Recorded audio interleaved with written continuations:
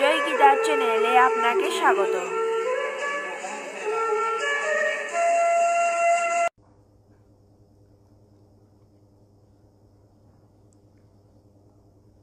হরে কৃষ্ণ। সবাইকে বৈষ্ণব জ্ঞানে ভক্তিপূর্ণ প্রণতি নিবেদন করছি।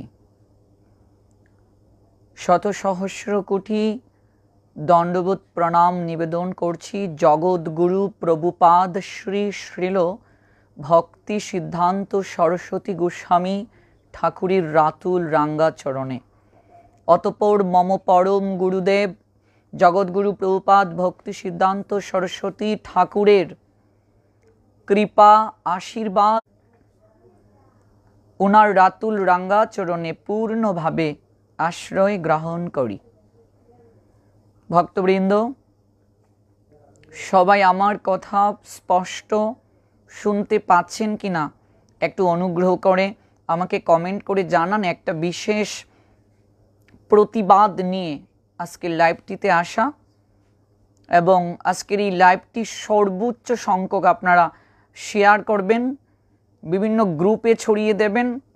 আজকের এই লাইভটি সর্বোচ্চ সংখ্যক শেয়ার করার জন্য বিনম্র চিত্তে আমি প্রার্থনা করছি।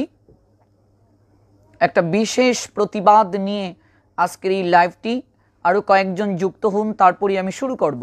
আমি সবার নিকটে একটি বিনম্র চিত্তে অনুরোধ জ্ঞাপন করে জানতে চাচ্ছি আমার কথা ঠিক মতো শোনা যাচ্ছে কিনা। ভক্তবৃন্দ, আপনারা সবাই যারা অনলাইন ব্যবহার করেন, আপনারা সবাই দেখছেন যে কিছুদিন যাবৎ সমস্ত অনলাইনে একটি বিষয় নিয়ে তুলপাড় সৃষ্টি হচ্ছে। সেই তুলপাড়টা হচ্ছে দীনকৃষ্ণ ঠাকুর, ভারতের একজন কীর্তনিয়া দীনকৃষ্ণ ঠাকুর, যে দীনকৃষ্ণ ঠাকুর আমাদের বৈষ্ণব সমাজকে কটাক্ষ করেছেন এবং আমাদের পরমারাধ্য ইষ্টদেব, আমরা বৈষ্ণব সমাজ যাকে হৃদয়ে ধারণ করে আমাদের সমস্ত হৃদয়ের প্রেম ভক্তি অঞ্জলি যার চরণে নিবেদন করে আমাদের প্রভুর অপ্রাকৃত জীবন লীলা সংবলিত পূর্ণাঙ্গ গ্রন্থ শ্রী শ্রী চৈতন্য চরিতামৃত শ্রীল কৃষ্ণদাস কবিরাজ গোস্বামী পাদ রচনা করেছেন।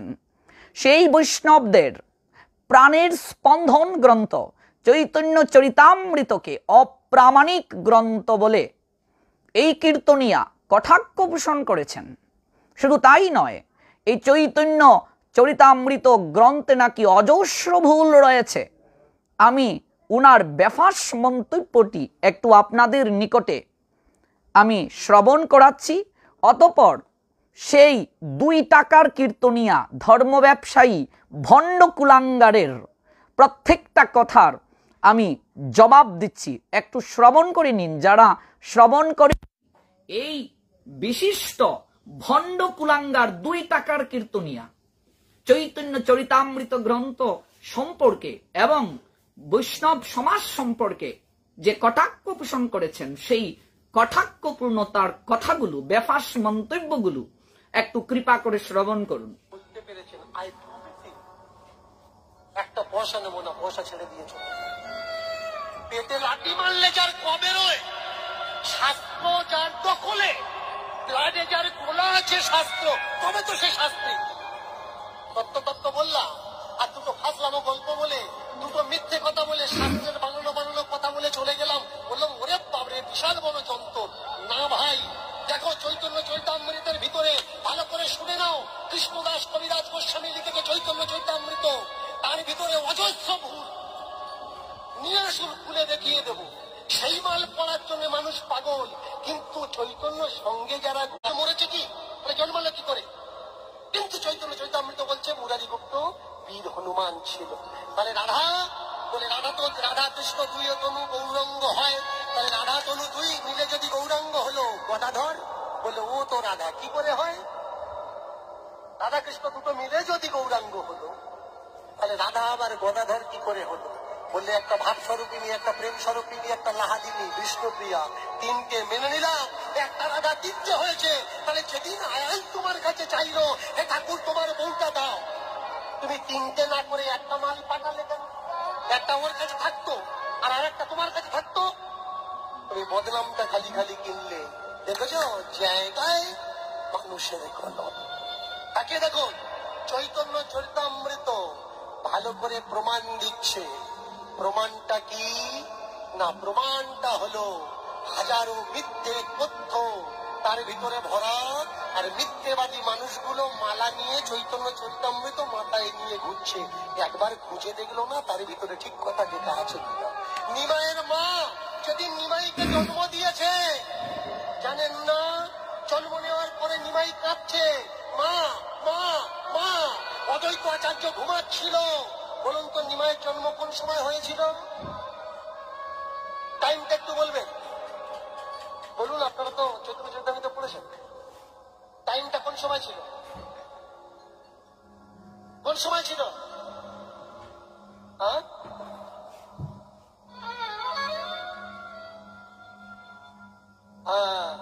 বুঝছেন? আমি তারিখটা জিজ্ঞাসা করিনি, আমি বলছি কোন সময় জন্মগ্রহণ করেছেন, টাইমটা কি ছিল? বলুন তো, একটা ব্রাহ্মণ মানুষ কটা পর্যন্ত ঘুমায়? কিন্তু চৈতন্য চরিতামৃত লেখা হলো তখন অদ্বৈত আচার্য ঘুমাচ্ছিলেন, সব তো লেখা আছে। এবার তাকে দেখুন, অদ্বৈত গেল, গিয়ে দীক্ষা দিল, তবে নিমাই মায়ের দুধ খেলো। বলুন তো, বাচ্চা যখন মায়ের পেটে থাকে, বাচ্চা কি খেয়ে বেঁচে থাকে? মা যা খায় তাই খেয়ে বেঁচে থাকে। ও নিমাই, তুই তো 10 মাস পেটে ছিলিস, কি খেয়ে বেঁচেছিলিস? নিমাই বলল, মা অদীক্ষিত, তাই মার আমি কিচ্ছু খাইনি। তাহলে 10 মাস যখন কিছু খাইনি, বেরিয়ে এসে অত খাই খাই করিস কেন? পেটে ঢোকার আগে মনে ছিল না মা অদীক্ষিত? অদ্বৈতকে বলার দরকার ছিল না যে অদীক্ষিত মাকে, মায়ের পেটে আমি ঢুকবো না, দীক্ষা দিয়ে তারপরে আমি ঢুকবো? প্রেম সে বলো নিতাই। যত সব ফালতু মানুষের ফালতু সাপ্লাই, আমরা কেউ বুঝে দেখলাম না যে এই তথ্যের ভিতরে কতটা সত্য লুকিয়ে আছে। কেন? ও বাবা, চৈতন্য চরিতামৃত লেখা আছে। কেন? চৈতন্য চরিতামৃত আকাশ থেকে পড়েছে। যে জীবনে নদিয়া নবদ্বীপে আসেনি, যে গৌরাঙ্গ মহাপ্রভুকে চোখে দেখেনি, সে লিখিত ভাবতত্ত্ব দিয়ে চৈতন্য চরিতামৃত, তাই আমরা মাথায় নিয়ে নাচছি। আর যারা গৌরাঙ্গ মহাপ্রভুর সঙ্গে ছিল, তাদের বইগুলো কোথা? আমরা কেউ দেখার চেষ্টা করছি। যত ফালতু মা ফালতু জিনিস টেনে টেনে সাপ্লাই দিচ্ছে, সত্যিটা খোঁজার চেষ্টা করে। তাকে দেখো, মা বলে দিল, মা বলে দিল, তাই আমরা বিশ্বাস করলাম। বাবা বলে দিল, তাই আমরা বিশ্বাস করলাম। কত রকম মিথ্যা নিয়ে আমরা সবাই।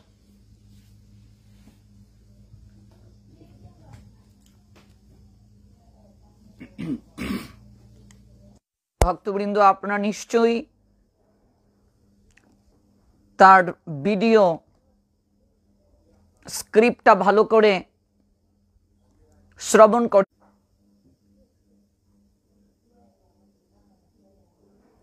এই সেই চৈতন্য চরিতামৃত শ্রীল কৃষ্ণদাস কবিরাজ গোস্বামী পাদ লিখিত।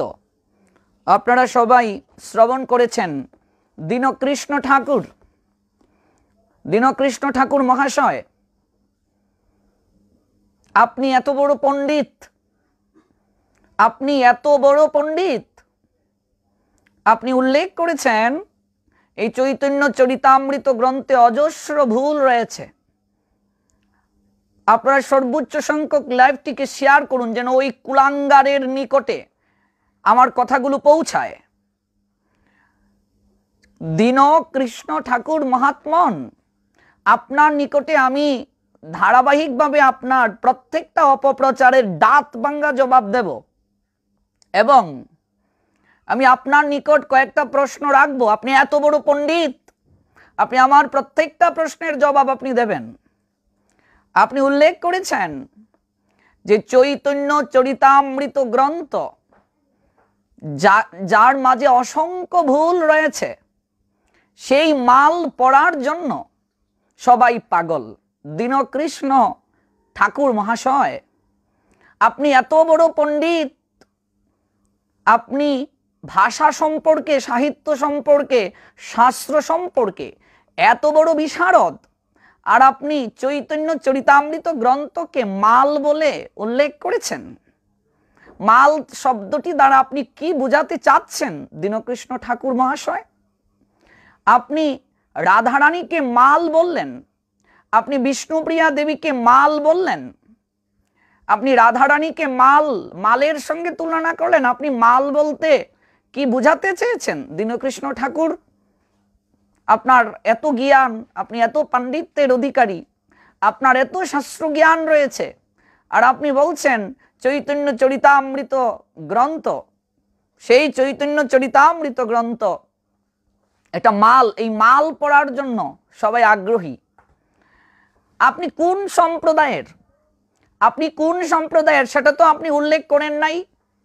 আপনি কোন সম্প্রদায়ের? আপনি শৈব, শাক্ত, না সৌর, না গানপত্য, না অপসম্প্রদায়ের? কোন সম্প্রদায় কিংবা কোন অপসম্প্রদায়ের আপনি, সেটা তো আপনি উল্লেখ করলেন না। আপনি আরো কয়েকটা ভিডিওতে আমি লক্ষ্য করেছি, আমি সেখানে দেখলাম আপনি তুলসী সম্পর্কে বেফাস মন্তব্য আপনি জ্ঞাপন করেছেন। আপনি বলেছেন তুলসী অসতী, তুলসী মিথ্যেবাদী, তুলসী বৃক্ষে কুকুর প্রস্রাব করে। আর এই তুলসী মালা যারা কণ্ঠে ধারণ করছে তারা মিথ্যেবাদীকে কণ্ঠে ধারণ করছে, তারা অসতীকে কণ্ঠে ধারণ করছে। আপনি এই সমস্ত কথা, আজে বাজে মন্তব্য আপনি প্রত্যেকটা কীর্তনের মাঝে উপস্থাপন করছেন। আপনার এই বেফাস মন্তব্যের জন্য সমগ্র বৈষ্ণব সমাজ আমরা ক্ষুব্ধ।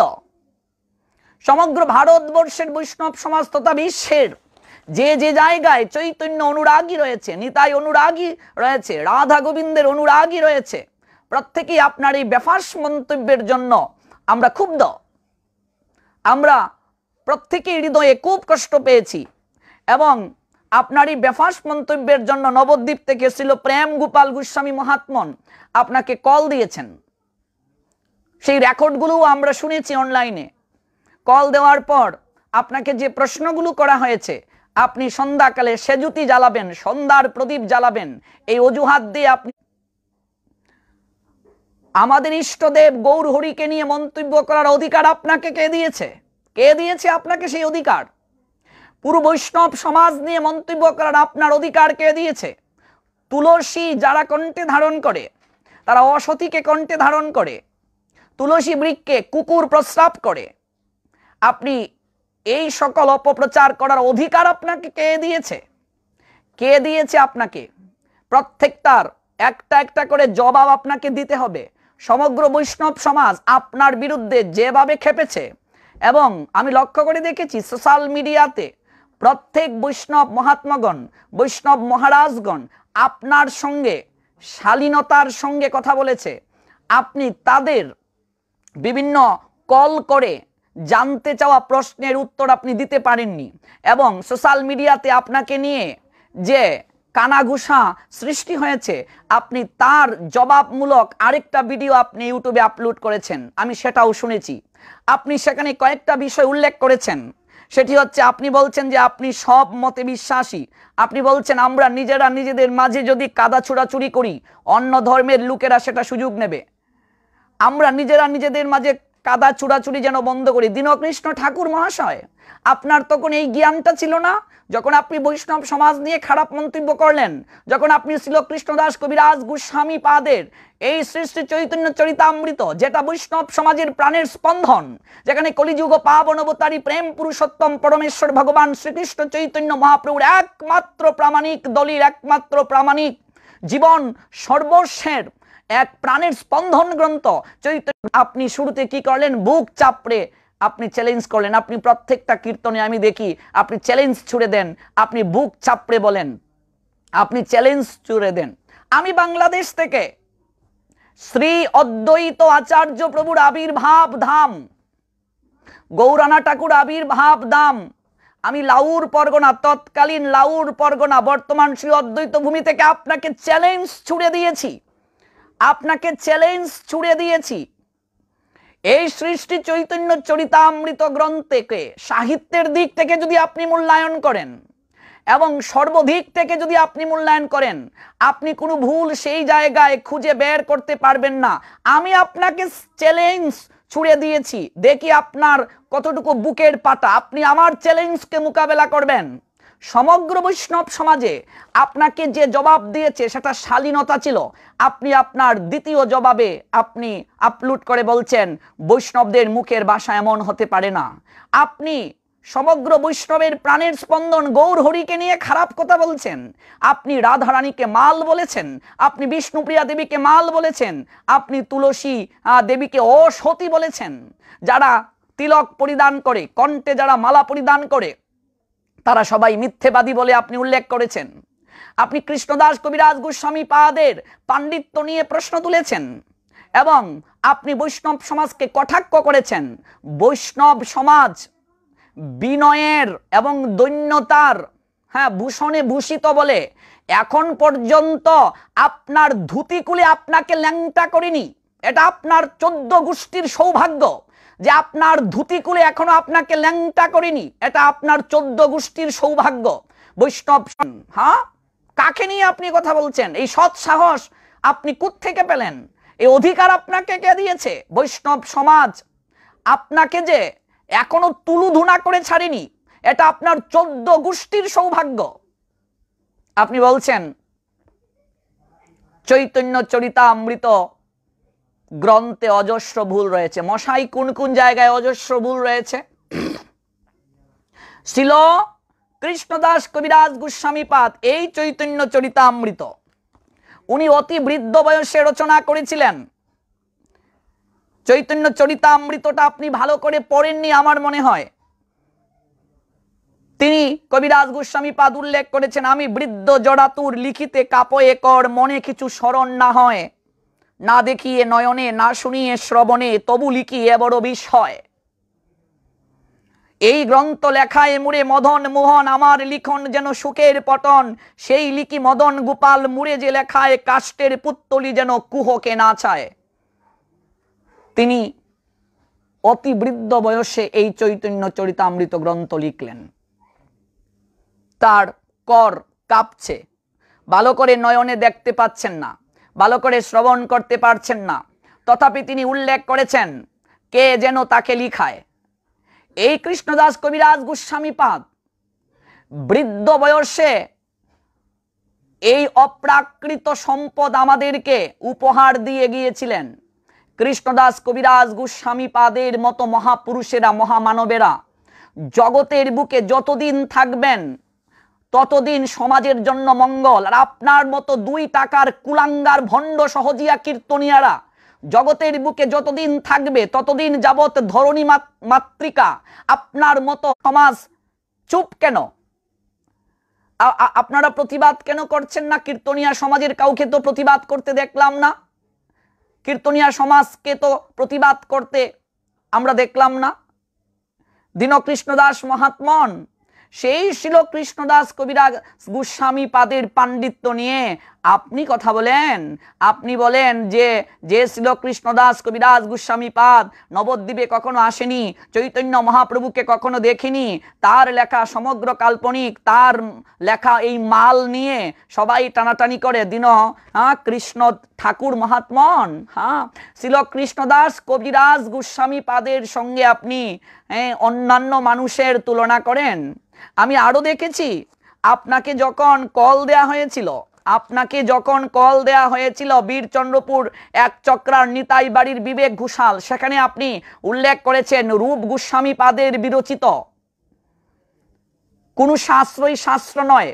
রূপ গোস্বামী পাদ তৎকালীন সময়ে মুসলমান শাসক আমলে অর্থমন্ত্রী ছিলেন, তার লিখিত কোনো শাস্ত্র নয়। তাহলে কার লিখিত শাস্ত্র?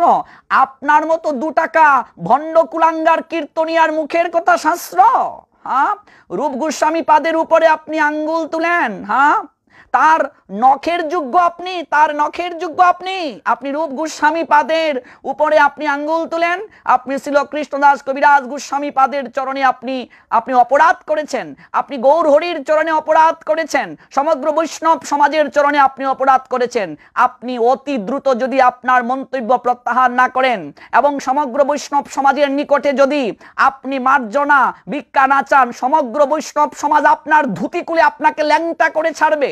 আমার মন্তব্যগুলো এবং আমার শব্দগুলো বলতে পারেন যে এই রকম কেন প্রয়োগ করছি, কমই প্রয়োগ করছি, আমাদের আবে দুর্বলতা ভেবে এই সমস্ত বেফাঁস মন্তব্য করেন, এই সমস্ত বেফাঁস মন্তব্য করেন সর্বদা।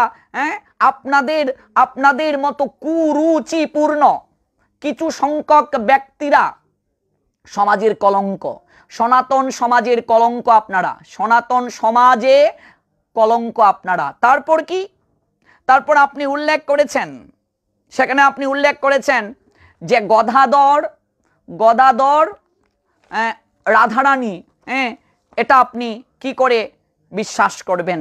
স্বয়ং রাধা কৃষ্ণর মিলিত তনু যদি গৌরাঙ্গ হয় তাহলে গদাধর রাধারানী কি হলো? আরে দীনকৃষ্ণ দাস, কয়টা শাস্ত্র আপনি পড়েছেন? হ্যাঁ ঠাকুর মহাত্মন, কয়টা শাস্ত্র পড়েছেন? শুধু গদাধর পণ্ডিতকেই আপনি জানলেন? আপনি শ্রী গদাধর দাসের নাম শুনেছেন, যিনি চৈতন্য মহাপ্রভুর আরেকজন পার্ষদ ছিলেন? গদাধর দাস, আপনি তো ক থেকে উ পর্যন্ত শিখে আপনি এই রকম মন্তব্য করা শুরু দিয়েছেন। কুয়ার ব্যাং আপনি গদাধর দাসের নাম শুনেছেন? গৌর গণুদ্দেশ গ্রন্থটা পড়েছেন? পূর্বকালে শ্রী রাধিকার ভূষণ স্বরূপা চন্দ্রকান্তি ছিলেন, তিনি এই কোণে গৌরাঙ্গের নিকটে দাস গদাধর পণ্ডিত, উনি হচ্ছেন দাস গদাধর মহাপ্রভুর আরেকজন পার্ষদ। ব্রজে যিনি বলরামের প্রিয়তমা পূর্ণানন্দ ছিলেন, তিনি কার্যবশত গদাধরে প্রবিষ্ট হয়েছেন। আমাদের জগৎগুরু প্রভুপাদ ভক্তি সিদ্ধান্ত সরস্বতী গোস্বামী ঠাকুর গদাধরের স্বরূপ সম্বন্ধে তিনি লিখেছেন, রাধার কান্তি ছিল পণ্ডিত গোস্বামী, বৃষবানু নন্দিনী রূপা ছিল গদাধর দাসত। কুলাঙ্গারদের ব্যবসা বন্ধ করে দিয়েছে বলেই তো আপনি তাদেরকে দেখতে পারেন না। আর আজ গৌর অনুরাগীরা কি আপনাদের ভাড়াবাতে ছাই করে দিয়েছে? বৈষ্ণবদেরকে নিয়ে এত চুলকানি কেন মশাই আপনার? তিলক নিজে কাটেন না, নিজে কণ্ঠে মালা পরিধান করেন না, আর যারা তিলক কাটে, যারা কণ্ঠে মালা পরিধান করে, তুলসীকে আপনি অসতী বলে আপনি উল্লেখ করেছেন। যারা তিলক কাটে আর যারা কণ্ঠে মালা পরিধান করে তারা মিথ্যেবাদী, অসতীকে কণ্ঠে ধারণ করে। কুলাঙ্গার 2 টাকার কীর্তনিয়া সহজিয়া ভণ্ড কুটাকার, শাস্ত্রের ক থেকে উ পর্যন্ত আপনার জ্ঞান নেই। আপনি চৈতন্য মহাপ্রভু সম্পর্কে বেফাঁস মন্তব্য করেন, আপনি মন্তব্য করেন চৈতন্য অনুরাগীদেরকে নিয়ে, আপনি মন্তব্য করেন তুলসীকে নিয়ে, যে 56 ব্যঞ্জন রন্ধন করে ভগবানকে দিলেও বিনা তুলসী ব্যতীত তিনি গ্রহণ করেন না। আর আপনার এত বড় সৎ সাহস, আপনি সেই তুলসীকে নিয়ে মন্তব্য করেন। আর আপনি জবাব দিয়েছেন যে বৈষ্ণবদের মুখের ভাষা এমন কেন? সমস্ত বৈষ্ণব সমাজ এখনো সহ্য করে আছে, আপনাকে তেমন কিছু বলে নাই। এখনো আপনার 14 গোষ্ঠীর সৌভাগ্য, আপনার ধুতি খুলে আপনাকে যে এখনো ল্যাংটা করে নাই, এটা আপনার 14 গোষ্ঠীর সৌভাগ্য। এটা লাস্ট ওয়ার্নিং আপনাকে দিয়ে দেয়া হলো, এখনো নিজেকে শুধরে নিন, নতুবা এই ধুতি পরে আর রাস্তায় আপনার হাঁটার সৌভাগ্য হবে না, আর কীর্তন করতে পারবেন না। পাবলিকের কিলানিকে কীর্তনের আসর থেকে আপনাকে বিদায় হতে হবে। দীন কৃষ্ণ ঠাকুর মহাত্মার নামটা তো বাপ মা সুন্দরী রেখেছিল, মা কি জানতো আপনি কুলাঙ্গার সন্তান হবেন? আপনি যে কুলাঙ্গার হবেন আপনার মা তো জানতেন না। নামটা তো সুন্দর করে রেখেছেন, নামটারও তো মর্যাদা রাখতে পারলেন না আপনি। দাস গদাধর, তিনি রাধিকার ভূষণ স্বরূপা চন্দ্রকান্তি ছিলেন। ভালো করে জেনে নিন কথাগুলো। কলকাতা হতে 4 ক্রুশ উত্তরে ভাগীরথী তীরে এরিয়াদহ গ্রামে তার শ্রীপাঠ শ্রীমন মহাপ্রভু অন্তর্ধানের পর নবদ্বীপ হতে কাটুয়ায় চলে তিনি আসেন। কাটুয়া হতে ক্রমশ তিনি এরিয়াদহ গ্রামে এসে বাস করেন। গৌড়ীয় বৈষ্ণব অভিধানে এই রূপ লিখিত আছে, গদাধর দাস নবদ্বীপে অবস্থানকালে সচিমাতা ও বিষ্ণুপ্রিয়া দেবীকে রক্ষণাবেক্ষণ করতেন। তাহার অন্তর্দান করিলে তিনি কাটুয়ায় যে গৌরাঙ্গ বিগ্রহ প্রতিষ্ঠা করেন। বর্তমানে কাটুয়ার মহাপ্রভুর বাটি বলিয়া যাহা প্রসিদ্ধ, তাই গদাধর দাসের দেবালয়। উনি গদাধর পণ্ডিত নন, উনি দাস গদাধর। ওই দাস গদাধর শ্রী রাধিকার ভূষণ স্বরূপা চন্দ্রকান্তি ছিলেন। অর্থাৎ আমাদের জগৎগুরু প্রভুপাদ ভক্তি সিদ্ধান্ত সরস্বতী গোস্বামী ঠাকুর ওই গদাধরের স্বরূপ সম্পর্কে লিখিয়েছেন। শ্রী রাধার কান্তি শিল পণ্ডিত গোস্বামী যেমন শ্রীমতী বৃষবানু নন্দিনী স্বরূপা, অর্থাৎ গদাধর পণ্ডিত বৃষবানু নন্দিনী স্বরূপা, আর শ্রীল গদাধর দাস শ্রীমতীর অঙ্গশুভা। রাধারানীর অঙ্গশুভা হচ্ছেন দাস গদাধর, আর রাধারানীর স্বরূপ রূপা বা স্বরূপগত যে শক্তি সেটা হচ্ছেন গদাধর পণ্ডিত। আশা করি উত্তরটা পেয়েছেন আপনি। চৈতন্য চরিতামৃত নিয়ে ব্যাফাস মন্তব্য করেছেন। আমার তো মনে হয় জীবনে আপনি চৈতন্য চরিতামৃত গ্রন্থ খুলেও দেখেননি মহাশয়। আর আপনি বললেন অদ্বৈত আচার্য গৌরনা ঠাকুর, যে গৌরনা ঠাকুরের আবির্ভাব স্থান আমার বাড়ির পাশে, আমার পূর্বপুরুষদের নিবাস অদ্বৈত প্রভুদের গ্রামে ছিল, নবগ্রামে ছিল। সেই গৌরনা ঠাকুর সম্পর্কে আপনি বলেছেন মহাপ্রভু যখন আসবেন তিনি ঘুমাচ্ছিলেন। কোথায় পেলেন এই মন্তব্য? কোথায় পেলেন মহাশয়? কোন শাস্ত্রে পেয়েছেন আপনি? যে সচিমা কি করছেন? সচিমা তিনি একেবারে বিপদে পড়ে গেলেন, গৌর জন্ম নিয়ে খাচ্ছে না, কারণ তিনি দীক্ষিত না। অদ্বৈতকে তিনি স্বপ্নে আবিষ্ট দিলেন, তুমি এসে দীক্ষা দেও, তারপর গৌর হরি আহার গ্রহণ করবেন। এই যে আপনি বেফাস মন্তব্য কোন শাস্ত্রে পেলেন? কোন শাস্ত্রে পেলেন আপনি? কে আপনাকে অধিকার দিয়েছে আমাদের ইষ্টদেব চৈতন্য মহাপ্রভু নিয়ে এরকম বিরূপ মন্তব্য করার? কে আপনাকে অধিকার দিয়েছে মশাই? আরে কীর্তন করে ব্যবসা যদি করতে চান, সংসার যদি চালাতে চান ভালো কথা। গৌর হরিকে পুঁজি করে ব্যবসা করবেন, কীর্তন করবেন, আর অন্তরালে গিয়ে গৌর হরিকে নিন্দা করবেন। আপনারা তো কুলোটা, আপনারা তো ব্যবসার মতো। গৌর হরির নাম বিক্রি করে খাবেন, গৌর হরির নাম বিক্রি করে কীর্তন করবেন, আর অন্তরালে গিয়ে গৌর হরিকে নিন্দা করবেন। গৌর হরির অনুগামী যারা, তিলক কাটে যারা, কণ্ঠে মালা দেয় যারা, তাদেরকে নিয়ে বেফাস মন্তব্য করবেন। আপনারা তো কুলাটা বেশ্যার চেয়ে অধম। মহাপ্রভুকে নিয়ে কোনো কথা বললে আগুন লেগে যায়, আমাদের ভেতরে আগুন লেগে যায় মহাপ্রভুকে নিয়ে কোনো কথা বললে। আরে কুলাঙ্গার কীর্তনিয়া, আজ চৈতন্য মহাপ্রভু যদি না আসতেন, আপনি যে নিতাই গৌর হরিবল বলে বলে কীর্তন করছেন, আর সবাই এক জায়গায় বসে, কিছু কিছু লোক আছে শাস্ত্রের শো চিনে না, আপনি অপপ্রচার করছেন, আর ওরা সঙ্গে সঙ্গে হরিবল হরিবল হরিবল বলে আপনাকে উৎসাহ প্রদান করছে। আজ মহাপ্রভু যদি জগতের বুকে না আসতেন, এক জায়গায় বসার অধিকার থাকতো না, আপনার গালে দাড়ি থাকতো, মাথায় টুপি থাকতো। আজকে যদি মহাপ্রভু না আসতেন এই অবস্থা হতো, কীর্তন করার অধিকার আপনার থাকতো না। এক জায়গায় সবাইকে বসিয়েছেন কে? আমাদের গৌরচন্দ্র। এক জায়গায় বসে প্রসাদ খাওয়ার অধিকার কে দিয়েছেন? আমাদের গৌরচন্দ্র। জাতিভেদ অস্পৃশ্যতার বেড়াজাল থেকে বের করে একই অনুরাগের পতাকা তলে কে আশ্রয় ঘটিয়েছেন? আমাদের গৌরচন্দ্র। সেই চৈতন্য মহাপ্রভু এসে আপনাদের আমাদের প্রত্যেককে এক কাতারে বসালেন, জাতে তুললেন, আর আপনি এসে মন্তব্য করছেন, বেফাস মন্তব্য করছেন গৌরাঙ্গকে নিয়ে। তিলক যারা কাটে, কণ্ঠে মালা যারা পরিধান করে, তারা অসতীকে ধারণ করেন। হেরে মশাই, তুলসী অসতী, তুলসীতে কুকুর প্রস্রাব করে। যে দেশগুলোতে, পাশ্চাত্যের যে দেশগুলোতে তুলসী নাই, সেইখানে কুকুর কি আপনার মুখে প্রস্রাব করে? তুলসীতে কুকুর প্রস্রাব করে। তুলসী বৃক্ষ ব্যতীত কুকুরের প্রস্রাবের জায়গা নাই। পাশ্চাত্যের যে দেশগুলোতে তুলসী বৃক্ষ নাই, সেখানে কুকুর কি প্রস্রাব না করে থাকে না আপনার মুখে গিয়ে কুকুর প্রস্রাব করে? উত্তর দেবেন। আপনার মুখে কুকুর প্রস্রাব করে?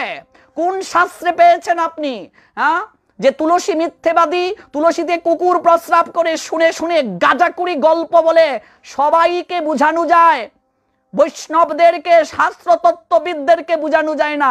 নিজেকে অনেক বড় পণ্ডিত বলে মনে করেন না। যথার্থ পণ্ডিত যে, যথার্থ জ্ঞানী যে, নিজের ঢাক কখনো নিজে পেটায় না। কথায় কথায় চ্যালেঞ্জ ছুড়ে মারেন না। বাগনাই দেশে শিয়াল রাজা হয়ে বসেছেন। আমাদের পূর্ববঙ্গে, বাংলাদেশে থাকলে ঠ্যাঙ্গাইয়া আপনার ঠ্যাং টুং আগে ভাঙ্গা হতো চৈতন্য মহাপ্রভুকে নিয়ে এই কটূক্তি করার কারণে। তুলসী বৃক্ষের মাঝে কুকুর প্রস্রাব করে। যে দেশগুলোতে তুলসী নাই, সেই জায়গায় কুকুর প্রস্রাব আটকিয়ে রাখে আপনার মুখে প্রস্রাব করার জন্য। তুলসী অসতী। সমগ্র শাস্ত্র যেখানে তুলসীর গুণ বন্ধনা করেছে, সমগ্র শাস্ত্র যেখানে তুলসীর বন্ধনা করেছে, 56 ব্যঞ্জন ভগবানকে রন্ধন করে দিলেও ভগবান যেখানে বিনা তুলসী ব্যতীত গ্রহণ করেন না, আর আপনার মতো থার্ড ক্লাস 2 টাকার কীর্তনিয়া ভণ্ড কুলাঙ্গার তুলসীর অমর্যাদা করলে, তুলসীর নিন্দা করলে তুলসীর মহিমা কি কমে যাবে মশাই? তুলসীর মহিমা কমে যাবে? আর আপনি বলছেন তিলক কেটে আমরা বৈষ্ণব সমাজ চৈতন্য চরিতামৃত গ্রন্থ মালকে আমরা মাথায় রাখি।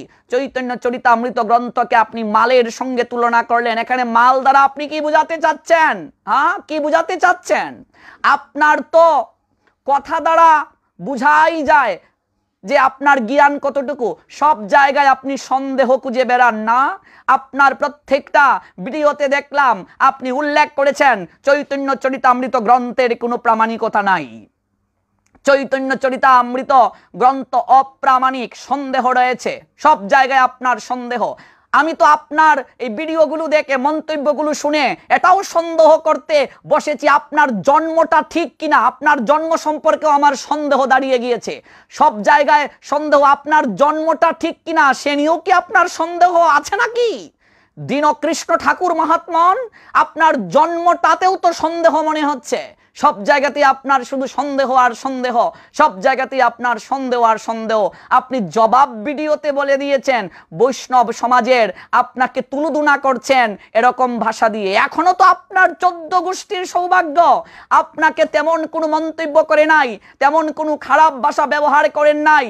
এখনো আপনার 14 গোষ্ঠীর সৌভাগ্য, নতুবা আপনার মতো চৈতন্য মহাপ্রভুকে নিন্দাকারী, তুলসীকে মাল বলা, বিষ্ণুপ্রিয়া দেবীকে মাল বলা, রাধারানীকে মাল বলে কটূক্তি করা এবং শ্রীকৃষ্ণদাস কবিরাজ গোস্বামী পাদের অহৈতুকী কৃপা প্রসূত চৈতন্য চরিতামৃত গ্রন্থকে অপ্রামাণিক এবং চৈতন্য চরিতামৃত গ্রন্থ সম্পর্কে সন্দেহের বীজ বপন করে দেওয়া আপনার মতো সহজিয়া ভণ্ডকে এখনো যে বৈষ্ণব সমাজ ধুতি কুলে নাই, এটা আপনার 14 গোষ্ঠীর সৌভাগ্য। 14 গোষ্ঠীর সৌভাগ্য আপনার।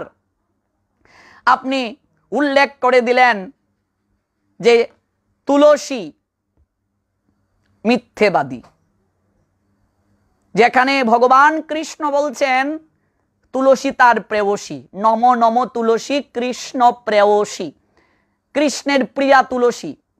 তাহলে ভগবান কৃষ্ণ তার প্রিয়া তুলসী, সেই তুলসী মিথ্যেবাদী, সেই তুলসীতে কুকুর প্রস্রাব করে। আপনি বললেন কোন শাস্ত্রে আপনি পেয়েছেন? হ্যাঁ, দীনকৃষ্ণ ঠাকুর মহাশয় কোন শাস্ত্রে আপনি পেলেন? হ্যাঁ, এই যে আপনাকে বললাম এই প্রশ্নটা উত্তর আপনাকে দিতে হবে। বিশ্বের যে দেশগুলোতে তুলসী বৃক্ষ নাই, তুলসীর কৃপা থেকে বঞ্চিত যারা, সেখানে যে কুকুর আছে, কুকুর কি প্রস্রাব আটকিয়ে রাখে আপনার মুখে প্রস্রাব করার জন্য? উত্তর দিতে হবে আপনাকে। সেখানে কি কুকুরেরা প্রস্রাব না করে থাকে? শুধু তুলসী বৃক্ষের তলে, তুলসী বৃক্ষের মাঝেই গিয়ে কুকুর প্রস্রাব করবে?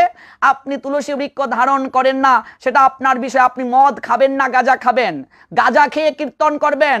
আপনার তো প্রত্যেকটা কীর্তনে আপনার হাব ভাব দেখলে বোঝা যায় আপনি একটা বদ্ধ মাতাল, বদ্ধ মাতাল। আপনি মুরগির ঠ্যাং খেয়ে কীর্তন করবেন না, আপনি গাঁজা খেয়ে কীর্তন করবেন না, আপনি মদ খেয়ে কীর্তন করবেন, সেটা আপনার বিষয়।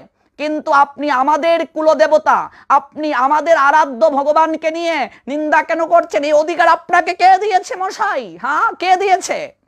আজ চৈতন্য মহাপ্রভু এসেছেন বলে এই সনাতন ধর্ম এখনো টিকে আছে। বিশ্বের দরবারে সনাতন ধর্ম মাথা উঁচু করে দাঁড়িয়ে আছে। আজ চৈতন্য মহাপ্রভুর জন্য পাশ্চাত্যের সমস্ত ভক্তরা আজকে চৈতন্য মহাপ্রভুর ভাব আদর্শকে গ্রহণ করছে, আর আপনার মতো কুলাঙ্গার মহাপ্রভুর নিন্দায় মেতে উঠেছেন। হ্যাঁ, সমস্ত পাশ্চাত্যবাসী যারা অখাদ্য কুখাদ্য গ্রহণ করত, মদ খেত যারা, গাঁজা খেত যারা, যাদের যৌন সঙ্গ ইন্দ্রিয় তৃপ্তি একমাত্র যাদের অবলম্বন ছিল, আজকে তারাও তাদের এই রকম পশুবৃত্তির জীবনকে পরিত্যাগ করে চৈতন্য মহাপ্রভুর আদর্শকে গ্রহণ করে তারা কৃষ্ণ প্রেম অনুরাগের পতাকা তলে আশ্রয় নিয়েছে। আর আপনার মতো 2 টাকার ভণ্ড কুলাঙ্গার সহজিয়া কীর্তনিয়া চৈতন্য মহাপ্রভুর নামে বেফাস মন্তব্য করেন আপনি না? নিজেকে আপনি ভাইরাল করতে চান, মহাপ্রভুর নিন্দা করে ভাইরাল হতে চান। ভাইরাল যদি হতে চান কিছু ফানি ভিডিও করে না ধুতি খুলে একটা নাচ দিলেই তো ভাইরাল হয়ে যেতেন। চৈতন্য মহাপ্রভুকে নিন্দা করে ভাইরাল হওয়ার কি দরকার ছিল? কুলাঙ্গার বৈষ্ণব চরণে অপরাধ করলি, মহাপ্রভুর চরণে অপরাধ করলি। চৈতন্য মহাপ্রভু আমাদের প্রাণ, আমাদের প্রাণের স্পন্দন। লাস্ট ওয়ার্নিং দেয়া হলো, গৌর হরিকে নিয়ে কথা বলার পূর্বে ভেবে কথা বলবেন, 100 বার ভাববেন। আমাদের কুলদেবতা প্রেম পুরুষোত্তম গৌর হরিকে নিয়ে কথা বলার জন্য বৈষ্ণবরা ভীরু নয়, বৈষ্ণবরা কাপুরুষ নয়। এই কথাটা আপনি ভালো করে আজকে হৃদয়ের মাঝে ধারণ করে নিন। আপনারা কি মনে করেছেন বৈষ্ণবরা দীনতা দেখায়, দৈন্যতার ভূষণে ভূষিত বলে যা মনে চায় তাই বলে নেবেন? মহাপ্রভু আমাদেরকে যেমন বিনয়ে শিক্ষা দিয়েছে, মহাপ্রভু আমাদেরকে কটুরাটাও শিক্ষা দিয়েছেন। আমি বারবার বলেছি, মহাপ্রভু যেমন আমাদেরকে মৃদঙ্গ বাজাতে শিখিয়েছেন, মৃদঙ্গ যারা ভেঙ্গে দেয় সেই সকল অসুরদেরকে কেমন করে সাইজ করতে হয় মহাপ্রভু সেটাও শিক্ষা দিয়েছেন। চৈতন্য চরিতামৃতে আদি লীলাতেই আপনার মতো কুলাঙ্গার অসুরদেরকে কৃষ্ণদাস কবিরাজ গোস্বামী পাদ কি বলছেন? এই কথাগুলোর কারণেই তো জ্বালাপুরা শুরু হয়ে গেছে। কৃষ্ণ নাহি মানে তাতে দৈত্য করি মানি, কৃষ্ণকে যারা মানে না তারা দৈত্য। কবিরাজ গোস্বামী পাদ চৈতন্য চরিতামৃত গ্রন্থে বলছেন, কৃষ্ণকে যারা মানে না তারা দৈত্য। কৃষ্ণ নাহি মানি তাতে দৈত্য করি মানি, চৈতন্য না মানিলে তৈছে দৈত্য তারে জানি। যারা কৃষ্ণ মানে না, যারা চৈতন্য মানে না তারা দৈত্য। হেন কৃপাময় চৈতন্য না ভজে যেই জন, সর্বোত্তম হইলেও তারে অসুরে গণন। কবিরাজ গোস্বামী পাদ বলছেন, হেন নিতাইকে যারা মানে না, হেন গৌরকে যারা মানে না, হেন কৃষ্ণকে যারা মানে না, ওরা যদি জ্ঞানীও হয় তারা অসুরের দলে। আর লোচন দাস ঠাকুর বললেন, হেন নিতাইকে যারা মানে না, হেন গৌরকে যারা মানে না, তাদের মুখের মাঝে অনল ঢেলে দাও, আগুন দাও তাদের মুখে, আগুন দাও তাদের মুখে। গৌরকে যারা মানে না, নিতাইকে যারা মানে না, গৌরাঙ্গের নিন্দা করে ভাইরাল হতে চান? দীনকৃষ্ণ ঠাকুর মহাশয় ভাইরাল হতে গিয়ে মহাপ্রভুকে নিন্দার পদক্ষেপটাকে বেছে নিলেন, বৈষ্ণবদেরকে নিন্দা করে ভাইরাল হতে চাইলেন। বিশ্বের সমগ্র বৈষ্ণব সমাজের প্রত্যেকটা দীর্ঘ নিঃশ্বাস আপনার প্রতি অভিশাপ হয়ে যাবে। আমাদের কুলদেবতাকে আপনি অপমান করেছেন, আমাদের রাধারানীকে, প্রেমময়ী রাধারানীকে আপনি মাল বলেছেন। আপনি কোন মালের ছেলে না? আপনি রাধারানীকে মাল বলেন, নারী জাতিকে সম্মান দিতে জানেন না। আপনি বিষ্ণুপ্রিয়া দেবীকে নিন্দা করেছেন, কবিরাজ গোস্বামী পাদকে আপনি নিন্দা করেছেন, আপনি তুলসী দেবীকে নিন্দা করেছেন। রূপ গোস্বামী পাদের লিখিত শাস্ত্র আপনার নিকট শাস্ত্র নয়। কৃষ্ণদাস কবিরাজ গোস্বামী পাদের লিখিত চৈতন্য চরিতামৃত আপনার কাছে অপ্রামাণিক গ্রন্থ মনে হয়। তাহলে কার কথা? আপনার মতো 2 টাকার কীর্তনিয়ার কথা শাস্ত্র? আপনার মতো 2 টাকার কুলাঙ্গার কীর্তনিয়ার কথা শাস্ত্র? এটা আপনার নিকট শাস্ত্র? এখনো নিজেকে শুধরে নিন। আমার মহাপ্রভু কৃপানিধি করুণার সাগর, আমার মহাপ্রভু পতিত পাবন, আপনাকে যেন সুবুদ্ধি দান করেন তিনি, এই প্রার্থনা তার কাছে করি। ভালো করে আগে শাস্ত্রটা অধ্যয়ন করুন, চৈতন্য চরিতামৃত গ্রন্থ আগে ভালো করে পড়ুন, তারপর মন্তব্য করবেন। চৈতন্য চরিতামৃত এমন একটা গ্রন্থ, আমি বাংলা সাহিত্যের ছাত্র হিসেবে বলছি, এই সারা ভারতবর্ষের সাহিত্যকে যদি জগতের বুকে আমরা বুঝাতে চাই, শুধু এই চৈতন্য চরিতামৃত গ্রন্থ শুধু ভারতবর্ষের সাহিত্যের মাঝেই সীমাবদ্ধ নয়, বিশ্বের সাহিত্য সমাজে চৈতন্য চরিতামৃত গ্রন্থ এক অমূল্য সম্পদ। আর ভারতবর্ষের সমগ্র সাহিত্য যদি নষ্ট হয়ে যায়, একটা মাত্র গ্রন্থ যদি চৈতন্য চরিতামৃত জগতের বুকে প্রকট থাকে, বিশ্বের সবাই উপলব্ধি করতে পারবে বাঙালি সমাজ কতটা সাহিত্যের প্রতি নিপুণ ছিল। সাহিত্যের দিক দিকে যদি বিচার করি, চৈতন্য চরিতামৃতের কোনো তুলনা নাই। আর আপনার মতো নব্য পণ্ডিত যার কোনো শাস্ত্রীয় সম্পর্কে জ্ঞান নেই, ওই কীর্তনে উঠে ঝাড়ু কিভাবে রাখতে হবে, কি করে সন্তান নিতে হবে, উল্টা পাল্টা কথা বলে আপনি টাকা কামান আর সব জায়গায় চ্যালেঞ্জ ছুড়ে দেন। আপনার চ্যালেঞ্জ যে মোকাবেলা করবে সব টাকা ফিরিয়ে দেবেন। আপনার চ্যালেঞ্জ আমি অ্যাকসেপ্ট করলাম, আপনার চ্যালেঞ্জ আমি এই বাংলাদেশ থেকে অ্যাকসেপ্ট করলাম। দেখি আপনি কতটুকু শাস্ত্র জানেন। আপনার চ্যালেঞ্জ অ্যাকসেপ্ট করলাম আমি। এই চৈতন্য চরিতামৃত গ্রন্থ বৈষ্ণবদের প্রাণ হয়, আপনি বৈষ্ণবদের প্রাণের মাঝে আঘাত করেছেন। এই চৈতন্য চরিতামৃত গ্রন্থ আমাদের সচিতনয় গৌর হরির অভিন্ন দেহ, আপনি আমাদের কুলদেবতার গায়ের মাঝে বাক্য দিয়ে আঘাত করেছেন। এই চৈতন্য চরিতামৃত গ্রন্থ বৈষ্ণবদের প্রাণ সর্বস্ব। এই চৈতন্য চরিতামৃত গ্রন্থ সচিতনয় গৌরাঙ্গের অভিন্ন দেহ, প্রাণ স্বরূপ। আপনি গৌরাঙ্গের দেহের মাঝে আপনি আঘাত করেছেন। মশাই দীনকৃষ্ণ ঠাকুর, অস্ত্র দ্বারা যদি আঘাত করা হয়, ঔষধ দ্বারা সেই আঘাতের ঘা শুকিয়ে যায়, কিন্তু এই জিহবা অস্ত্র দ্বারা যদি কাউকে আঘাত করা হয়, সেই আঘাতের গা কখনো সহ্য হয় না। আপনি যে হাত বুকের মাঝে চাপড়িয়ে চাপড়িয়ে আপনি মহাপ্রভুর নিন্দা করেছেন, আপনি রাধারানীকে মাল বলেছেন, চৈতন্য চরিতামৃত গ্রন্থের অবমাননা করেছেন, আর পা দুটি দুলিয়ে দুলিয়ে, এমন যেন না হয় শেষ বয়সে এই পার হাত দুটা আপনাকে প্যারালাইসিস করে গৌরাঙ্গ বিছানার মাঝে না রাখে। বুঝে শুনে কথা বলবেন। বহুজনকে দেখেছি যারা গৌরাঙ্গের বিরুদ্ধে করেছিল, তৎকালীন সময়ে চাপাল গোপাল কুষ্ঠ রোগী হয়ে বিছানায় পচে পচে মরেছিল, তারপর তাকে ত্যাগ করা হয়েছিল। গৌরাঙ্গকে যারা অবমাননা করেছিল, বৈষ্ণবদেরকে নিয়ে ব্যাফাস মন্তব্য যারা করেছিল, তাদের প্রত্যেকেরই পরিণতি শাস্ত্রে এবং ইতিহাসে এটাই আছে যে হাতকে আপনি বুকের মাঝে চাপড়িয়ে চাপড়িয়ে গৌরাঙ্গের নিন্দা করেছেন। তুলসীকে অসতী বলেছেন, তুলসী বৃক্ষে কুকুর প্রস্রাব করে, অসতীকে মিথ্যেবাদীকে বৈষ্ণব সমাজ কণ্ঠে ধারণ করে, ছাই মাখে বৈষ্ণব সমাজ, মাটি মাখে বৈষ্ণব সমাজ, আপনি ব্যাফাস মন্তব্য করেছেন। আপনি আমাদের কুল দেবতাকে আপনি অসম্মান করেছেন। এই হাত বুকের মাঝে চাপিয়ে চাপিয়ে, এমন যেন না হয় এই হাত যেন চৈতন্য মহাপ্রভু আপনাকে অচল না করে রাখে, প্যারালাইসিস করে যেন আপনাকে ওই ঘরের মাঝে পচে পচে মরার পরিবেশ না করে। কীর্তন যখন পরবর্তীতে করবেন, বুঝে শুনে কীর্তন করবেন। এটা অনলাইনের যুগ, পাবলিক প্লেসে বুঝে শুনে কথা বলবেন, বুঝে শুনে কথা বলবেন, নতুবা ধুতি ঠিক আর পড়া থাকবে না। এখনো বৈষ্ণব সমাজ আপনাকে ক্ষমার দৃষ্টিতে দেখে তেমন কোনো বাক্য প্রয়োগ করে নাই। পরবর্তীতে যদি শুধরে না যান, তাহলে ধুতি আর কখনো পড়তে পারবে না, ধুতি খুলে ল্যাংটা করে আপনাকে ছাড়বে। সবাইকে বলছি, নিজ নিজ জায়গা থেকে ওই কুলাঙ্গার সহজিয়া ভণ্ড 2 টাকার কীর্তনিয়ার বিরুদ্ধে আওয়াজ তুলুন। ইউটিউবে ওর কীর্তন আর কখনো শুনবেন না। আপনাদের নিকট অনুরোধ রাখি, আপনি যদি সত্যি গৌরাঙ্গের অনুরাগী হন, আপনি যদি সত্যি চৈতন্য মহাপ্রভুর অনুরাগী হয়ে থাকেন, ওই 2 টাকার ভণ্ড কুলাঙ্গার কীর্তনিয়ার আর কীর্তন শুনবেন না। বৈষ্ণব সমাজ এখনো শালীনতা বজায় রেখে আপনাকে সম্মান প্রদর্শন করে, এখনো তেমন কিছু করে নাই। পরবর্তীতে আপনি যদি নিজেকে না শুধরে নেন, তাহলে কিন্তু কিভাবে জবাব দেবে বৈষ্ণব সমাজ সেটা ভালো করে জানে। আপনাকে লাস্ট ওয়ার্নিং দেওয়া হলো, আর আপনার চ্যালেঞ্জ আমি অ্যাকসেপ্ট করলাম। যদি আপনি দক্ষ খেলোয়াড় হন, খেলা হবে। আসেন, আপনার চ্যালেঞ্জ আমি অ্যাকসেপ্ট করলাম। ভালো থাকুন।